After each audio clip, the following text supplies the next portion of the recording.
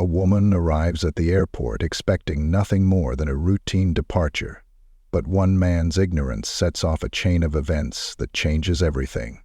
What would you do if someone looked you dead in the eye and told you that you didn't belong in a world you built? Let us know in the comments section below. Melissa Sadberry didn't flinch when the guard at the gate barely glanced at her license before waving her toward the hangar. She was used to being overlooked. What mattered was where she was going, not who stood in her way. Her steps echoed softly against the polished concrete floor of Terminal 6, where the whine of distant engines sang a lullaby of power and precision. Van Nuys Airport was quiet this morning, just the way she liked it. She was running 2 minutes behind, not because she was late, Melissa was never late, but because she'd taken a moment in her car to wipe a streak of lipstick off her teeth. Presentation mattered, especially when people already didn't expect her to belong. The black tailored pantsuit she wore today hugged her just enough to whisper CEO, while the diamond studs in her ears hinted at old money she never had. Everything about her look was deliberate. Everything she had was earned. A clipboard snapped shut just ahead of her. A white man in his late 50s stood stiffly by the steps of the G4 jet. His gray captain's uniform looked freshly pressed, but the lines on his forehead creased deeper when he spotted her walking toward the aircraft. Melissa clocked the look instantly, the barely there pause in his posture, the way his mouth settled into a thin, downward line. He didn't expect her. She offered a soft smile, casual but firm. "Morning. I'm ready when you are." The man didn't return the smile. His eyes dropped to the Louis Vuitton duffel in her hand, then trailed to the crisp designer heels clicking across the tarmac. "I'm sorry, ma'am," he said, blocking the bottom of the stairs with a broad stance. "This flight is reserved for a private client. I can't allow boarding without proper authorization." Melissa blinked once. She tilted her head ever so slightly. "And you are?" "Captain Doug Harlan," he replied quickly, his shoulders squared. "You'll need to step aside. The owner of this jet will be arriving shortly." Her lips twitched, somewhere between a smirk and pure disbelief. "Doug, I am the owner of this jet." He didn't move. There was a beat of silence, just long enough for a breeze to flutter the edge of her silk blouse. Doug looked her up and down again, this time slower, as if trying to reconcile her face with whatever assumptions had already formed in his head. "I need to see identification, paperwork, something." His voice hardened. Melissa exhaled slowly, then reached into her tote and pulled out her credentials. FA registration, jet ownership documents. Her company's executive ID. She held them out like a high-stakes poker hand. Doug didn't take them. Instead, he turned and reached for the walkie clipped to his chest. "This is Harlan, requesting security to Hangar 6, possible unauthorized boarding attempt." Melissa's hand froze mid-air. The same hand that signed 7-figure contracts, that hand, steady and precise, now trembled just slightly. "You're making a mistake," she said, her voice now quiet but slicing. "I've flown out of this hangar 4 times this month. You're the new guy, and you've just insulted the person who pays for the fuel in that jet." Doug narrowed his eyes. "Ma'am, step back. You're trespassing." Her breath caught, but not from fear.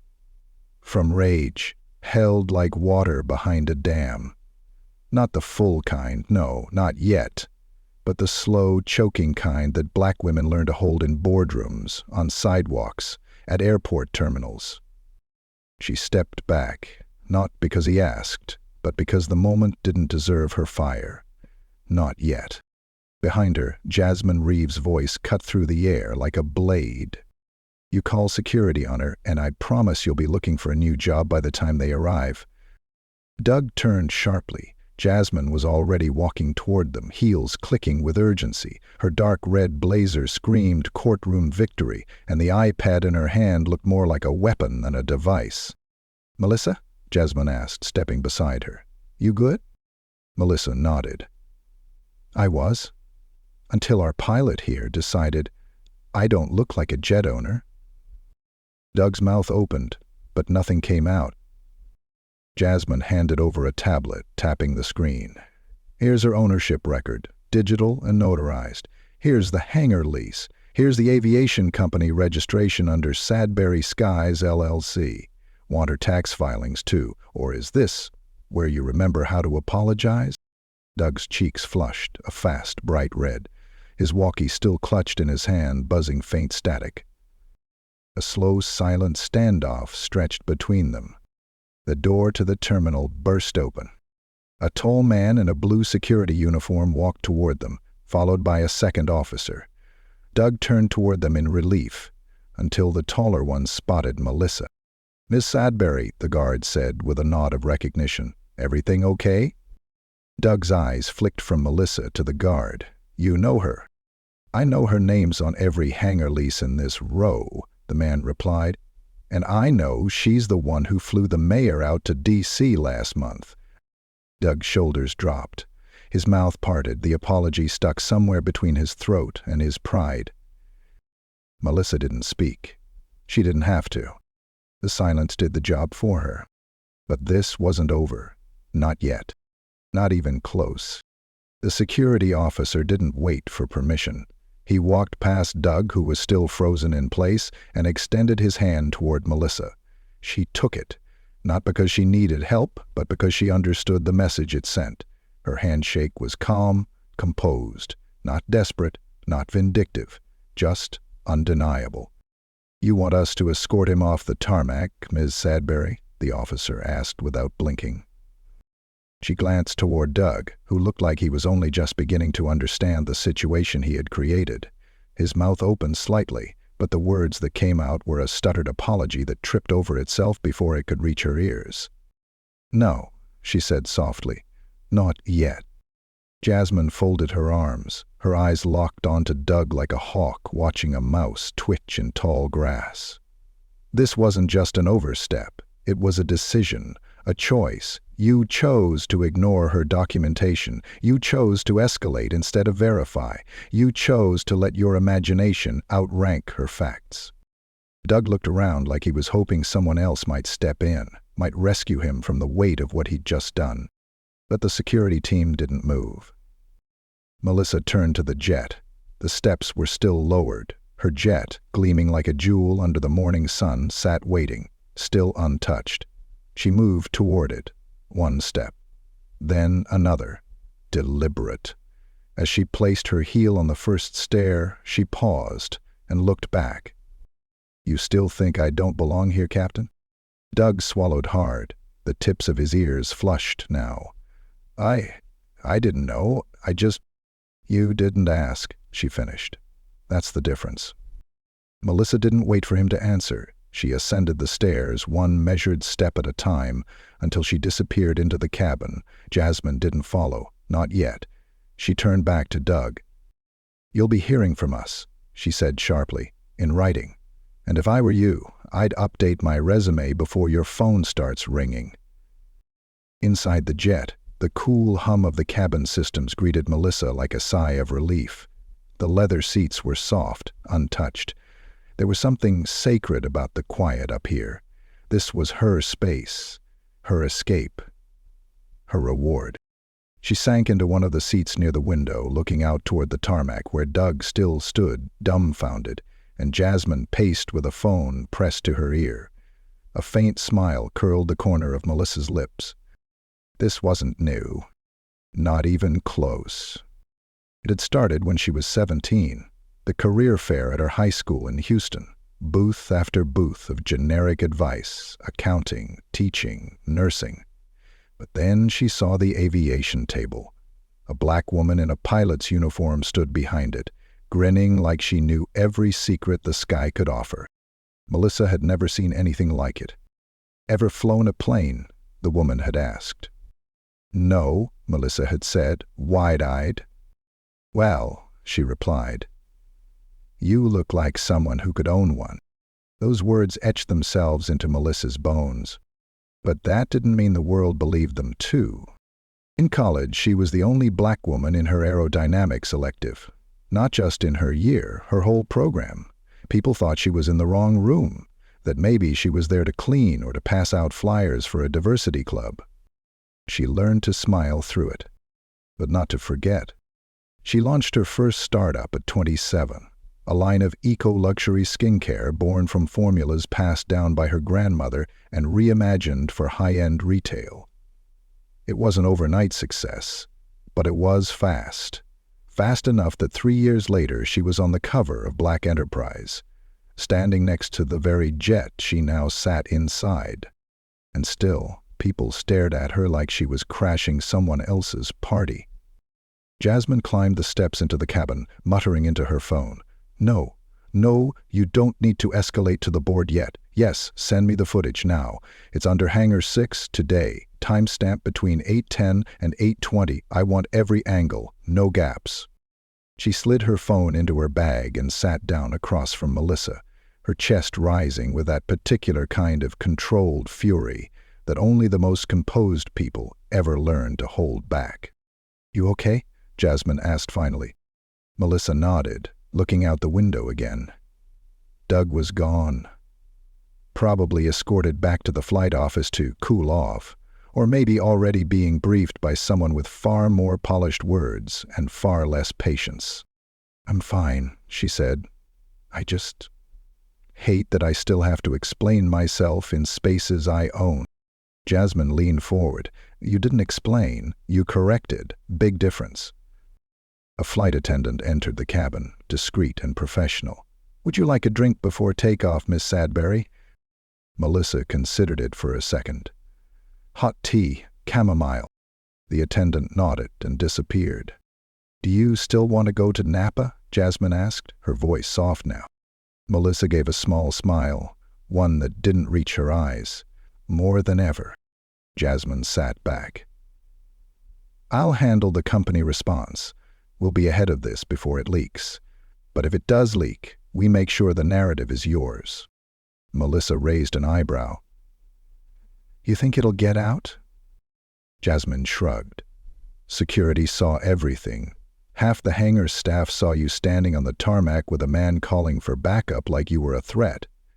And the way stories move now, if someone decides to share that clip on social, it won't stay quiet."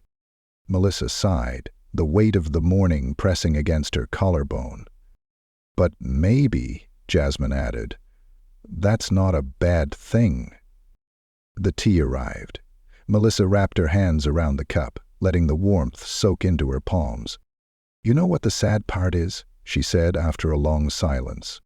Jasmine looked up. "This isn't even the worst time," Melissa whispered. "It's just the most public." The two women sat in stillness for a moment, the hum of the engines pulsing beneath them. Outside the jet, a technician gave the thumbs up to the ground crew. The plane would take off soon. But what lingered in the air wasn't just jet fuel and tension. It was a quiet, simmering promise that being underestimated never ends the way they think it will. By the time Melissa's jet touched down in Napa, her phone had already buzzed more times than she could count. Messages, missed calls, mentions. Something was brewing, and it wasn't the vineyard air. Jasmine barely waited for the wheels to stop moving before flipping her phone off airplane mode and scanning the screen. She let out a low whistle. "It's out." Melissa didn't need to ask what. "The footage," Jasmine confirmed, already scrolling through the notifications with the same surgical precision she used in court. "Someone posted it anonymously.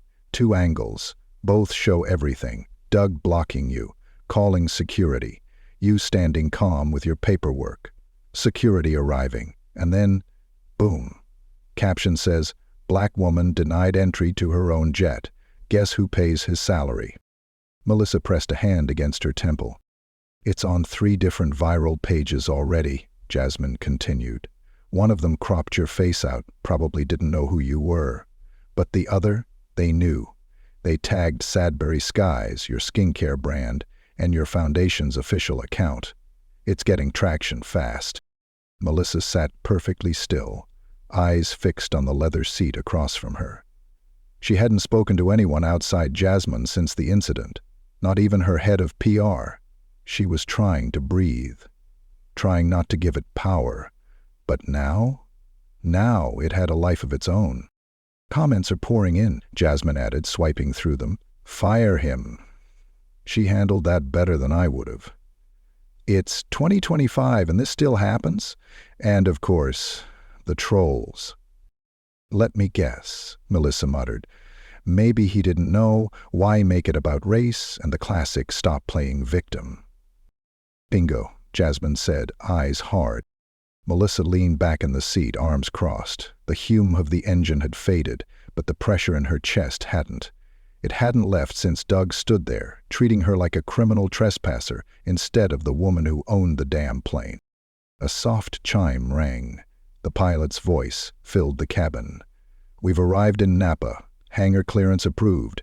You're free to disembark at your leisure. Leisure? Melissa almost laughed. There was no leisure in being a headline. A car was already waiting at the hangar. Black SUV, tinted windows. The driver opened the door with a nod, not a word, and Jasmine slid in first. Melissa followed, sunglasses on now, though they weren't for the sun. Jasmine's phone rang again, and this time she answered. Yes, she said sharply, she's in the car now. No, we're not doing any interviews yet, no statements, not until we control the narrative. Of course, I've spoken with PR. Yes, I'm aware CNN just picked it up. We're moving, don't worry. Melissa looked out the window as the vineyard roads blurred past. Rolling hills, golden light. Everything here looked soft and beautiful, like the world didn't know how cruel it could be elsewhere. It's wild, she finally said. How fast people can turn you into a symbol. Jasmine glanced over. It's not a bad thing, Mel. You didn't ask for this, but people see you now. Melissa didn't answer. Her fingers tapped lightly against her thigh, a rhythm born from nerves she couldn't quite shake. By the time they reached the estate, her assistant Camille was already on the porch, waiting, phone in hand, eyes wide. You saw? Camille asked. Melissa nodded. We've gotten over 200 interview requests. The Times, Forbes, the Shade Room, even a food blog wants to feature your wine collection because, quote, Black excellence deserves a toast. I don't know whether to laugh or hide. Melissa gave a small smile, but it didn't last long. I'm not a movement, she said. I just want to live. I know, Camille said gently, but your story helps people who can't speak as loudly as you. You didn't ask for the spotlight, but it found you. Inside the estate, everything was just as she left it. Wide windows, oak beams, walls filled with art and black joy. She walked slowly through the hallway to the kitchen where the wine rep had set up her weekend tasting flight. It was supposed to be a restful weekend, quiet, rejuvenating. Not this. Jasmine followed her in, still glued to her phone. Okay, it's official. The company board just called. They want an internal review of hiring and flight policies, and they want you to issue a public response by Monday. Melissa poured herself a glass of red and took a slow sip. They want me to respond, she said. They're trying to cover themselves, Jasmine replied. You didn't do anything wrong, but they want you to speak first to soften the heat. Melissa chuckled, sharp and bitter. Of course they do. Always the burden of the offended to comfort the offender. Jasmine didn't argue. Instead, she sat across from her at the kitchen island and set the phone down. You don't owe them comfort, she said. But you do have power now. More eyes are on you than ever. You want to shift something, change something? This is the moment. Melissa swirled her wine. She thought of every time she was asked to tone it down, to smile more, to speak less. She thought of every assistant who got mistaken for the CEO while she stood silent in meetings. She thought of Doug's face, certain, smug, and then slowly breaking under the truth. And she thought of the girl she used to be, 17, dreaming of the sky, told she could own something bigger than anyone expected. She looked at Jasmine. What if I don't just speak? She said. Jasmine raised an eyebrow. Go on. What if I show them? Melissa continued, her voice low but steady. Show every young black girl what it looks like to walk through fire and not shrink. Show every suit and tie boardroom what it means when we stop asking for permission. I don't want to just clear my name. I want to clear a path. Jasmine's eyes lit up. That, she said, is a headline. Melissa took another sip, then stood. Let's get to work.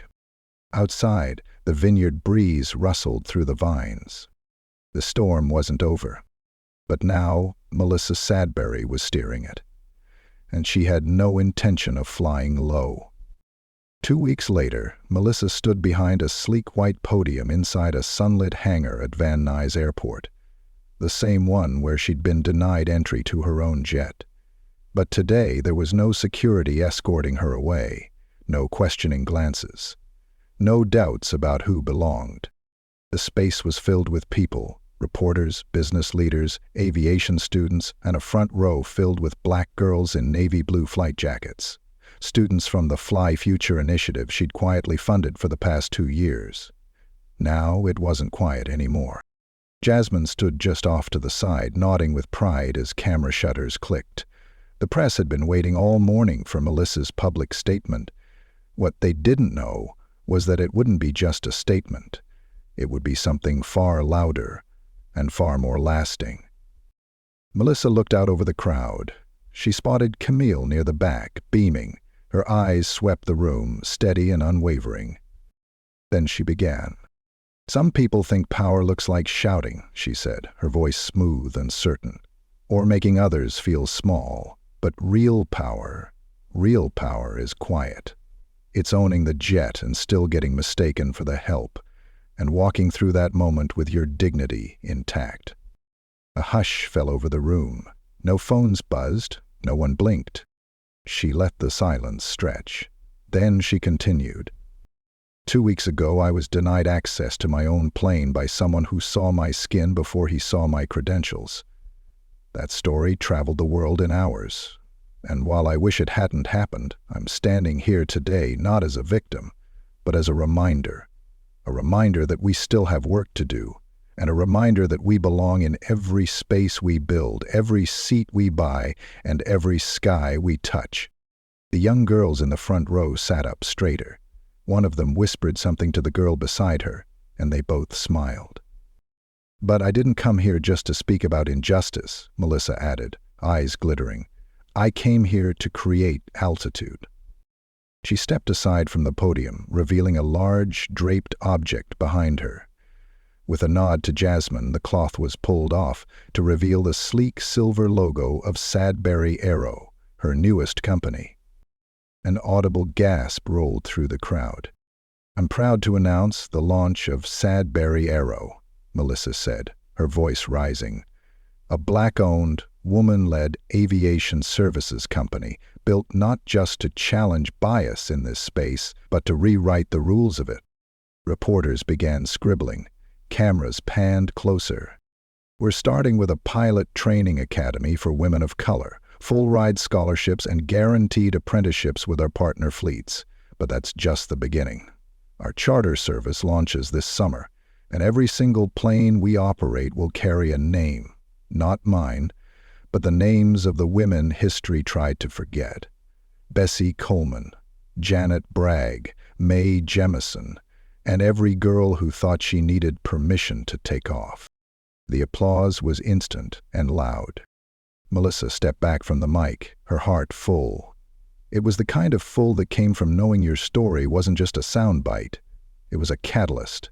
She didn't just reclaim her space, she expanded it. Backstage, Jasmine met her with a tight hug.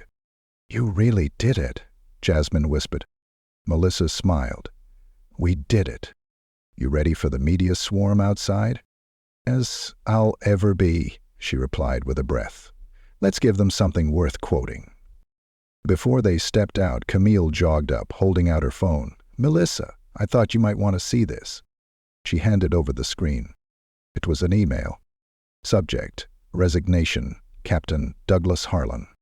Melissa read it once, then again, It was short, no apology, just a quiet step down. She handed the phone back. "Good," she said simply. "Now maybe he'll learn to look deeper next time." Outside the hangar, a small crowd had gathered. Activists, supporters, young pilots in lane. A little girl no older than 10 clutched a notebook and stared up at Melissa with big, wondering eyes. "Are you really the boss of a jet company?" the girl asked shyly. Melissa knelt to her level. "Yep," she said with a wink, "and one day you will be too. Deal?" The girl grinned and nodded hard. A photographer caught the moment just as the wind picked up, tossing Melissa's curls across her cheek. She stood, took Jasmine's hand, and walked toward the press line. Later that evening, as the sun dipped behind the skyline, Melissa sat alone on the back patio of her LA home. The vineyard weekend had come and gone. The media cycle was still buzzing, but she'd found a few hours of peace between meetings, interviews, and business calls. Her jet sat quietly at Van Nuys, waiting. She'd named it the Dream Reborn. Her company? Just a seed now, but with deep-rooted promise. As she sipped her wine, her phone pinged again. This time it was a message from her father, a photo. She opened it and laughed. It was a faded snapshot of her at 17, standing in front of a cardboard cutout of a plane at that old high school career fair, her arms crossed, her smile wide, her ambition already carved in steel. Below the photo was his message. "Told you the sky wasn't the limit? Proud of you, baby girl." Melissa looked up at the first star beginning to appear. Not the limit, she thought. Just the beginning. And this time, no one was going to stop her from flying.